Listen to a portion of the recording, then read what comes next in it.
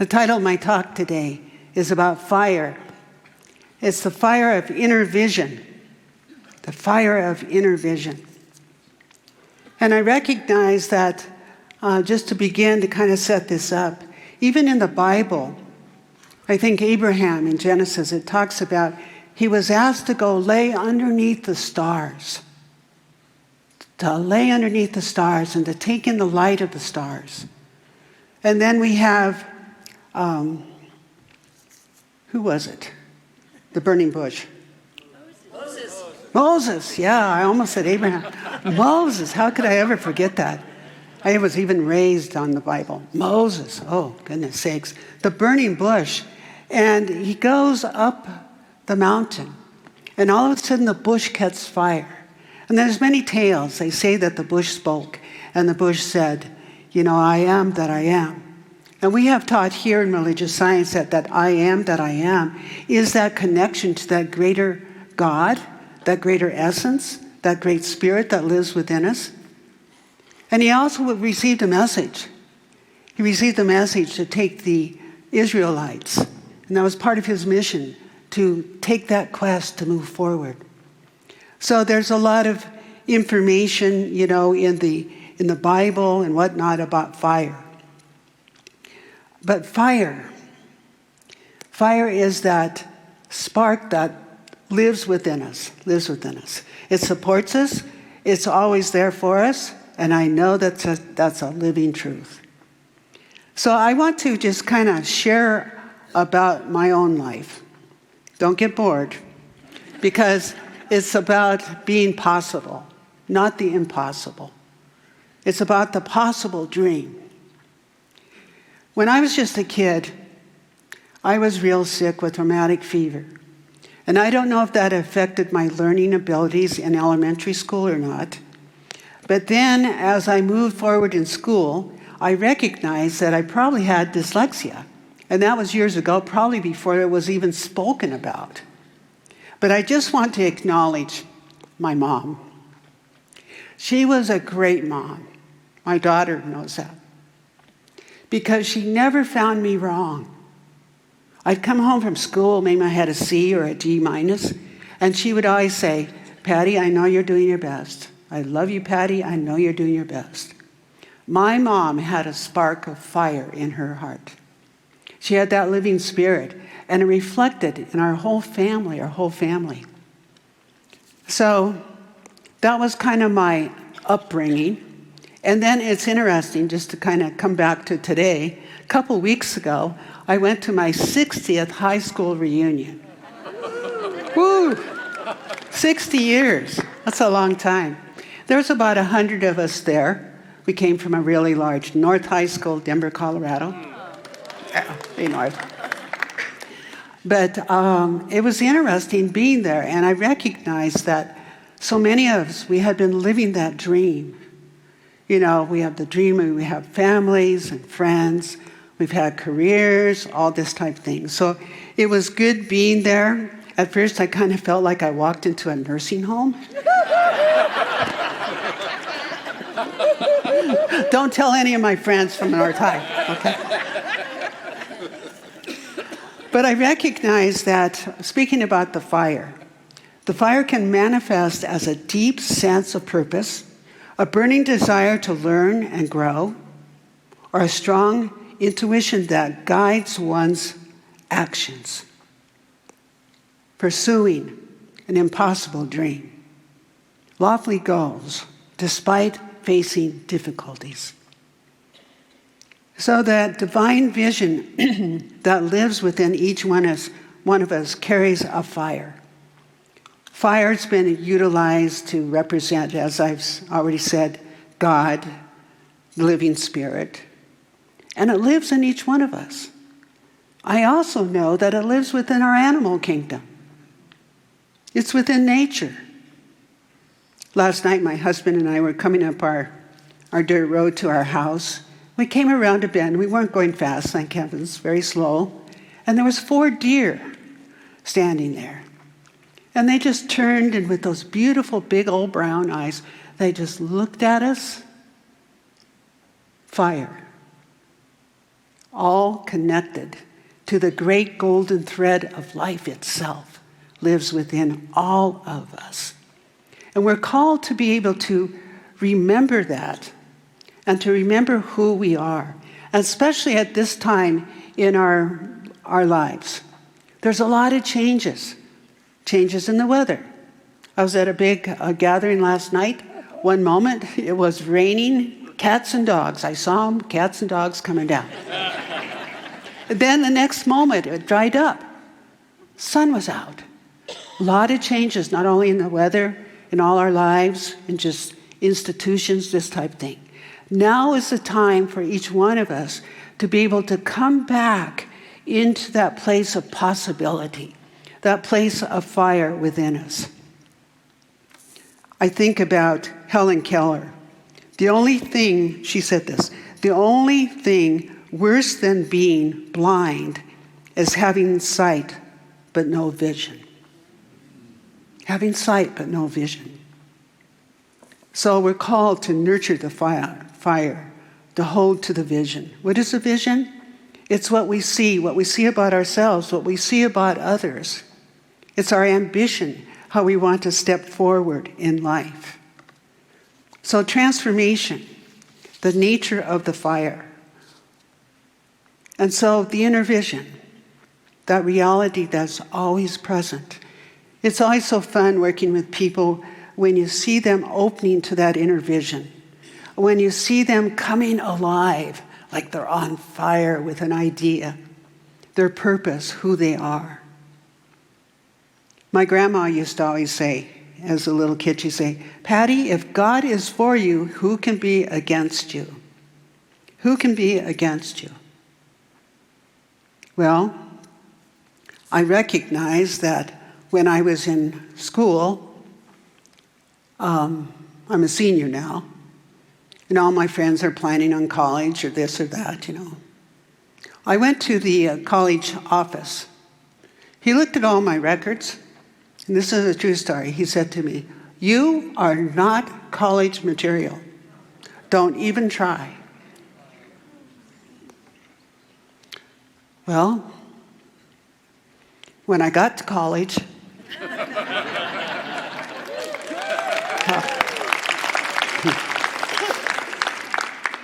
so when I got to college, I remember I put my biology book underneath my pillow, because being dyslexic, you become very intuitive. I thought if I put it under my pillow, maybe I can get the whole book, Didn't quite work that way. But I remember wanting to go into the School of Education to become a teacher. And I think I memorized just about the entire dictionary so I could pass all the tests to get in. So life has been good. And it's about that fire. It's about that flame. I knew as a little kid that someday I would become a minister. And that was riding in Dr. Lee's old Chevy after a church service in a very fundamental church. Dr. Lee kind of liked me, I guess, and asked my parents, "Can I take her to lunch?" So about every other Sunday, Dr. Lee and his wife would take me to lunch, and I'd be riding in the back of that old Chevy. I don't know if that had any influence on where I am now as a minister or not, but I thought about Dr. Lee when I was putting this sermon together. So it's important for us to recognize that vision, and it takes courage to hold this fire, to live with courage. It is to stand as the man of La Mancha does, facing the world's doubts and be able to say, such things are impossible. I think things are possible. They are possible. Another crazy story about my life was when I was now going to be a minister. I'm taking all the courses. You had to take one about speech. And we had a teacher, she was a great lady, and she's passed on, she lives in the spirit world now. But anyway, they would evaluate you after your speech. They had little cards, if it was a 1, 2, or a 3. Well, all my friends would evaluate me and whatnot, but the teacher would never raise her card. So after a couple of weeks of this, after the class, I went up to her and I said, Margaret, how come you never raise your card? And she took me aside. A lot of the students had left. She took me aside and she said, because you are never going to make it as a speaker. She said that. True story. You're never going to make it as a speaker. You'll turn them off. And it was like, God, I just wanted to cry, So 2 of my really good friends, practitioners, knew that Margaret was speaking to me and waited outside. And as I went out, they hugged me. We all cried. Well, I was almost paralyzed. It felt like nothing was possible. And I went to massage therapists and my practitioner and a couple other people. And 2 weeks later, I came back in. I probably gave the best speech ever. And I recognized in that whole process, and I'm sharing my story, perhaps it kind of touches on some of your stories, that I needed to remember who I was. I needed to remember the fire. I needed to remember the vision that is always alive within us. So I ask you right now, remember always the fire, that spirit. Our practitioners, we've just spent a whole month acknowledging them, which is wonderful. But they know that fire, that living spirit within them. And we can affirm, if we're ill, we can affirm that fire that has a way of moving into our cells of our physical body. It has a way of moving into our mental body to clear things. Many times in our mental body, we get so connected to thoughts that the thoughts just kind of sometimes, not all the time, but sometimes take us kind of downward into, well, who's to blame, or how can this be fixed, or we get into a conjunction there. And what I recognize is the fire. That's what heals. That's what brings all things together in a greater vision. I think about people with visions. And even Helen Keller, not being able to see, being blind, not being able to hear, she wrote all these books. She still was able to express. Then we have the great being of Walt Disney, bless his heart, who had a vision. He had a feeling inside of him. He had the flame. And I understand that his brother also had that flame, but it expressed a little differently because his brother was really good with structure and could bring the structure to Walt's flame, to bring forth the Disney worlds. So to hold to this fire is to live with courage. It is to stand as the man of La Manche does, facing the world's doubts and the practicals that say such things are impossible. Going back to my story about the School of Ministry, I found out, I went back and I did well. I found out that my teacher, bless her heart, that she had been in a big contest when she was younger at a large university.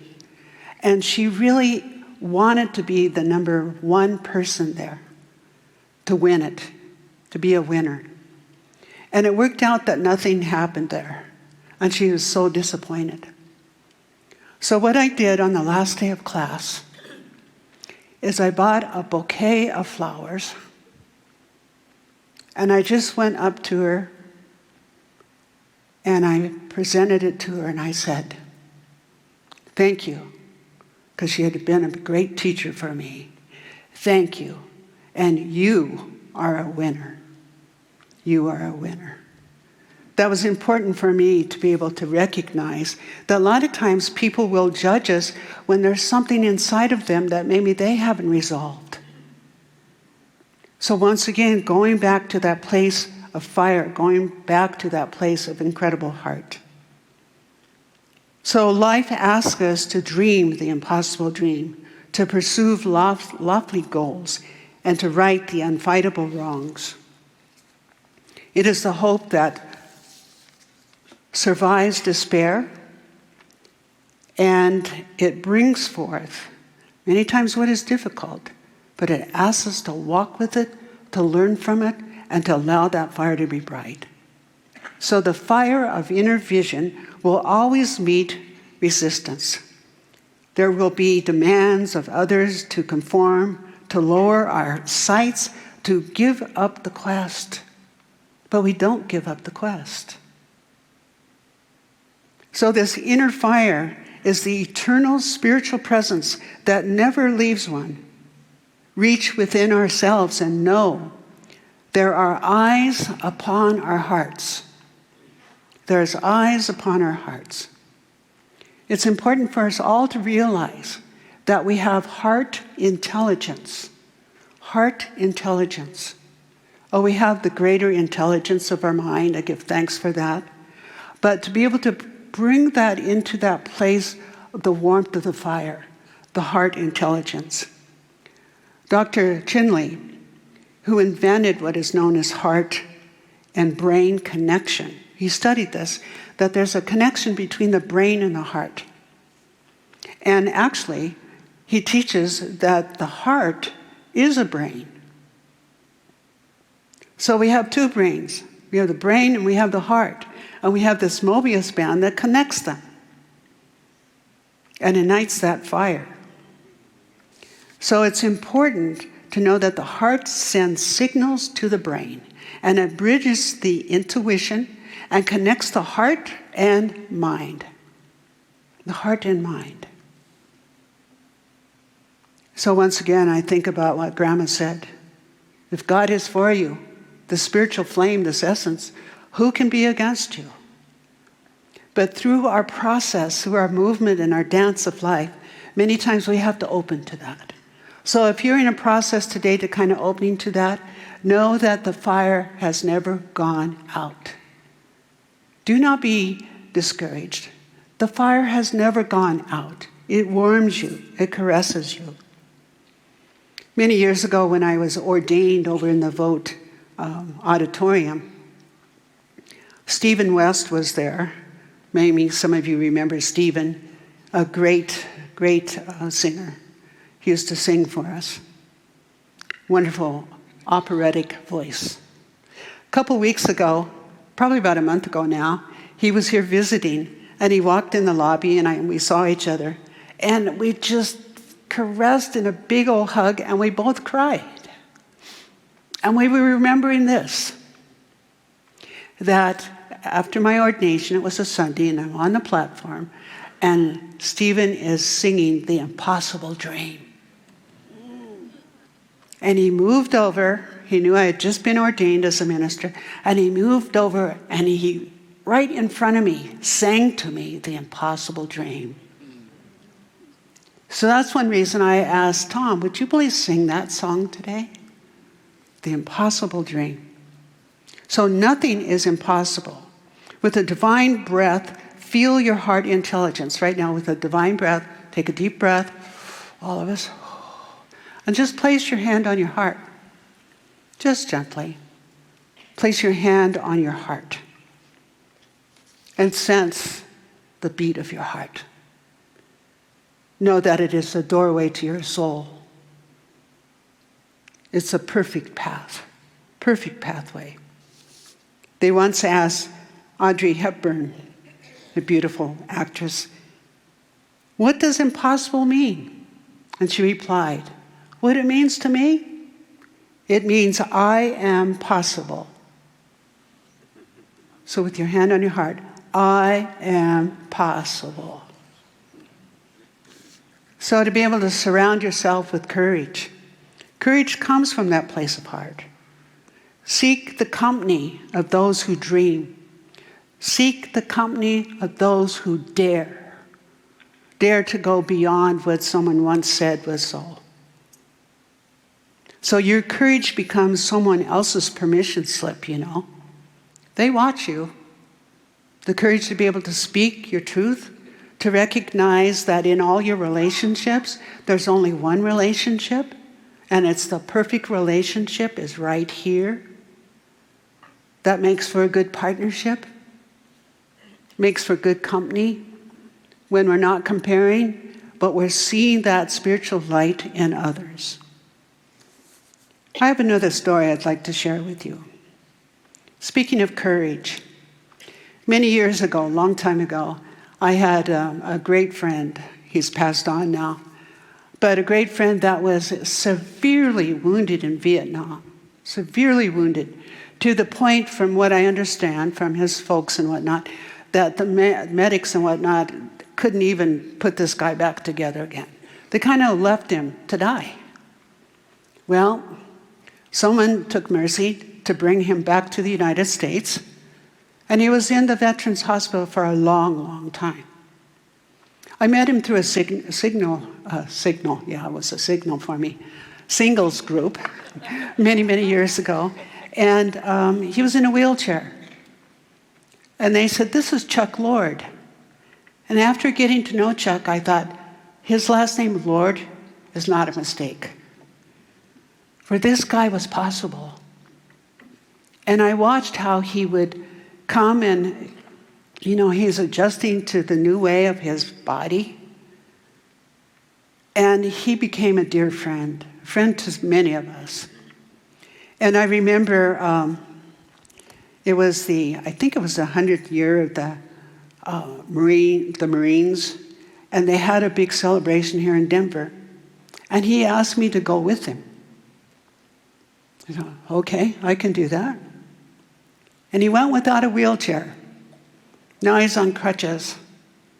We sat at a table with a lot of the different Marines, and they played the music to dance. And I'm sure all those men at the table thought, that man's never going to get up to dance. So he asked me to dance.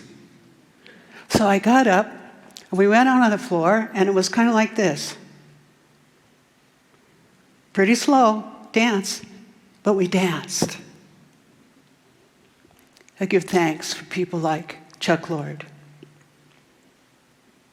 who never gave up the dream. Many of us were there the day that he walked with one cane across the platform at Metro State to receive his degree.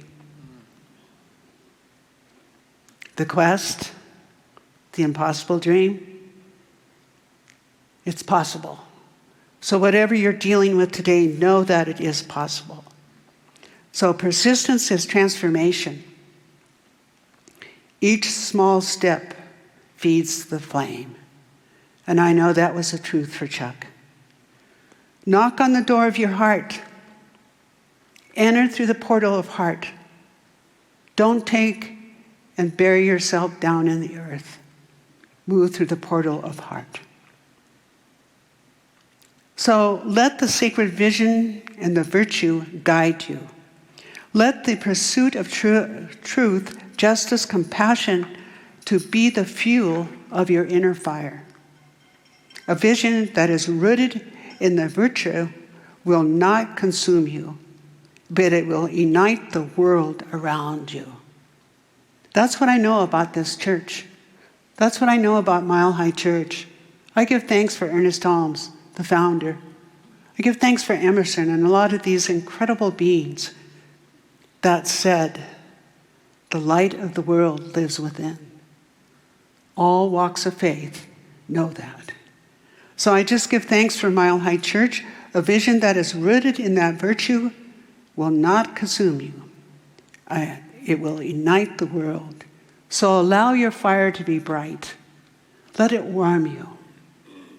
Be in a blaze of flames.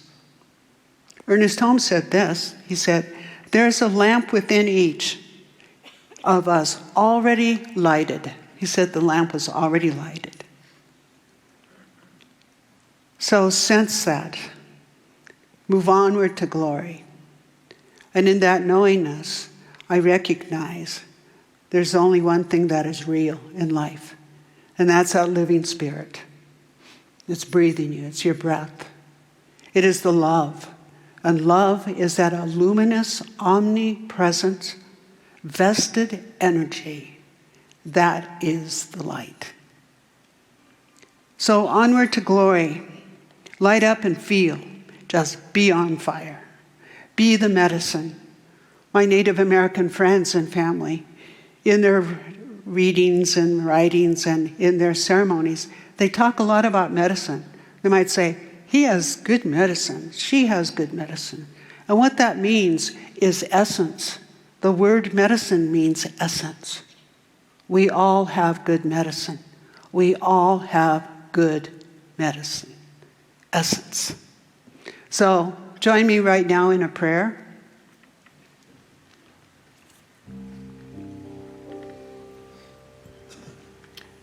So in this moment of glory, I give thanks for this connection, above, below, and all around about. It's a divine connection. It's a divine flow. And it has always been present, despite any kind of difficulty, any challenge that perhaps you are dealing with, that connection is there. So I give thanks for this absolute divine current, this energy, this light. And I behold that it shines brightly upon each one present here and all online, giving thanks for it in my life and your life, in the life of all beings everywhere, in and through all walks of faith, in and through what is seen as war and discord. The light is still present. So we behold this flame, and we know that it flickers and it never, ever goes out. It heals you, revitalizes. It gives to you exactly what is needed. So I give thanks for the abundance of spiritual presence. I give thanks for each one of you. I give thanks for the rootedness of Mile High Church. So as we move forward in this service today, with a sense of glory, onward to glory, goodness prevails, now and forevermore, and so it is. Amen.